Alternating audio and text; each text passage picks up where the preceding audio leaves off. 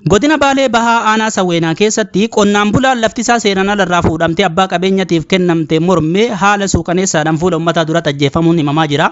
Qonnaan bulaa kana maqaan isaa Xaahir Jamaal jedhama. Xaahir Jamaalii jiraataa godina Baalee Bahaa Aanaa Sawweenaati, qonnaan bulaadha.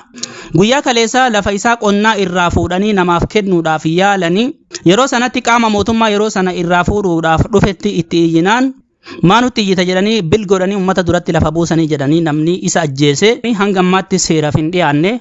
Eeyyan dhugaadha, Itoophiyaa keessatti mootummaatti iyyuun hin taatu. Mootummaa itti iyyuun waan mootummaan gaafate kenni jennaan hagamii, deemi jennaan garamii malee laftiti yaaminaaminiin beenyaan naaf hin kaffalamne irraa hin ka'u jennaan du'a si adabsiisaa jechuudha. Mootummaan Itoophiyaa mootummaa uummata Itoophiyaa otoo hin taane waaqa guddaa uummata Itoophiyaati. Amala mootummaan agarsiisu otoo hin taane amala shiftaan raasaa jiraatu tokkoon agarsiisne hedduu agarsiisaa jechuudha. Akkuma kanaan dura isiniin jechaa turre mootummaan Itoophiyaa mootummaa abbaa qabeenyaatii fi abbaa aangooti. Abbootii qabeenyaatii fi abbootii aangootii fi badhaadhinna. Uummataa fi miskiina biyya isaa keessa jiraatuuf garuu gadadoodha. Abbaa barbaade kan barbaade qabee lafa isaa irraa fuudhee abbaa qabeenyaatii kennu. Lafti tan mootummaati malee tan qonnaan bulaati miti. Kan barbaadan hudduu keessa dhiitanii irraa ari'anii abbaa qabeenyaatiif waan xiqqoo takkaan itti gadhiisanii jechuudha.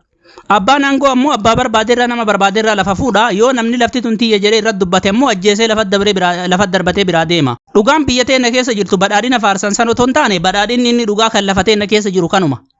Kanaan durallee kanuma nuti dubbachaa turre jechuudha. Itoophiyaan biyya qonnaan bulaaf azaaba, biyya hiyyeessaaf azaaba, biyya taajiraaf abbaa qabeenyaatiif ammoo badhaadhaati. Biyya abbootii aangootiif badhaadhaati. Maqaa balleessuun barbaadu biyya tiyya keessa dhaladhe.